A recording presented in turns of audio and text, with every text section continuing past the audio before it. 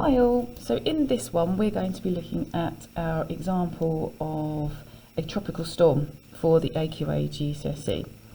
And the one we have studied is Typhoon Haiyan. So let's pop this at the top. Typhoon Haiyan, which hit the Philippines. Now this particular event is noteworthy because it was a Category 5 storm, and that is the largest that a tropical storm can be. Now I'm just going to add some lines around my storm to show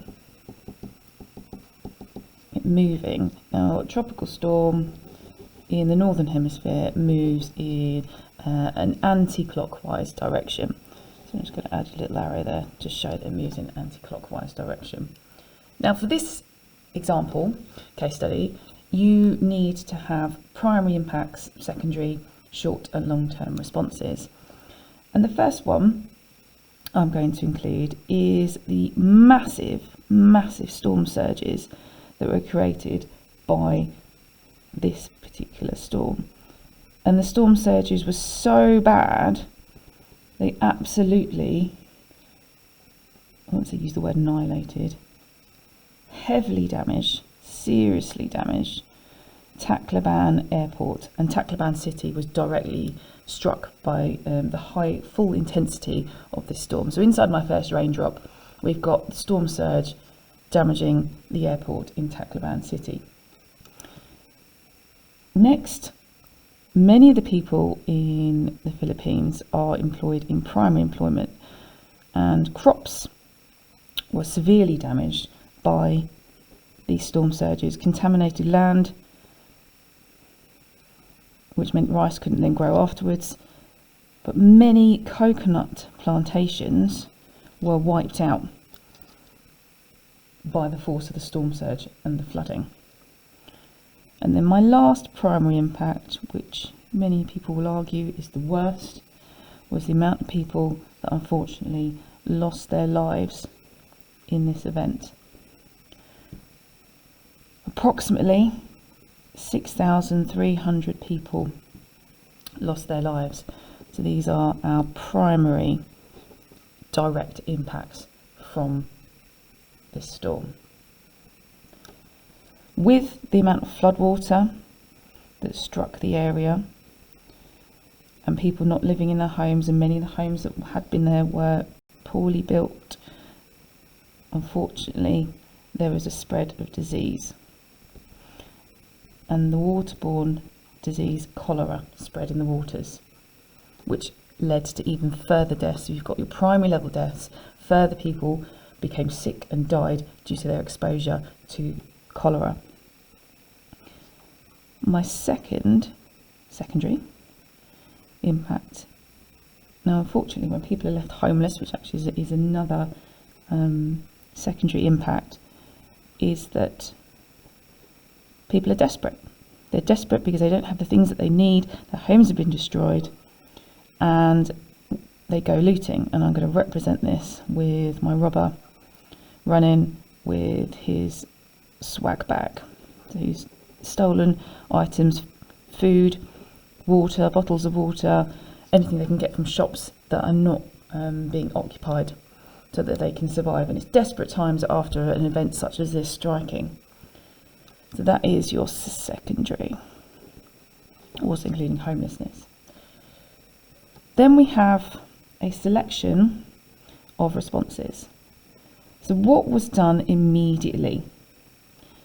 To try and limit the spread of disease, mass graves were dug. RIP is what that's supposed to say. To try and stop that from spreading. So if you're discussing effectiveness, cholera did still spread, but they tried to reduce that from occurring. The Philippines is a relatively low income country. They relied on support from other nations. Now, the United States has a number of bases there for its military, and they used the George Washington ship to send aid via helicopters, and they could dump aid or place aid where it's needed. As Philippines is made up of a series of islands, it's really hard to get to the aid to the people who need it. And the ship was there, and they were the first international support that the Philippines got to try and reduce the impact of the event. So that is some short-term responses. So in that aid, you'd have your life-saving aid that you need in the short term: food, water, medicine, shelter, etc. Now in the longer term, really what you're trying to do is make sure that a similar event does not have the same devastating impacts. One of the great responses was from Oxfam. They provided fishing boats. This is provided by Oxfam. Fishing boats, through the donations that were provided to Oxfam, to the fishermen largely in this area, so they could go out and then earn money again and support their families. So in the longer term, that meant they could get back on their feet and get back to normal as quickly as possible. There was also a series of shelters, storm shelters that are built. This is not the greatest one I've ever drawn. They're built on stilts, made out of concrete, very small windows that are covered in shutters, concrete stairs that lead up to them. It means that these shelters can save lives in times of storm surges. So if a storm surge came in, people can come in this area as the storm is approaching and have a safe place to stay, and therefore they're life-saving. So that's a long-term responses. The Philippines government encouraged this idea of build back better, BBB. So any new homes that were then constructed again, they were built stronger, not necessarily to the same standard as a cyclone or tropical storm shelter, or typhoon shelter in this case. Remember, they're all named according to the oceans that they're on, so typhoons occur across the Pacific. These shelters are not as strong as are stronger than buildings of individual homes, but build back better would mean that the Philippines people were supported to try and make their homes more secure for the next time a tropical storm hit, and therefore you reduce the impact of a future event.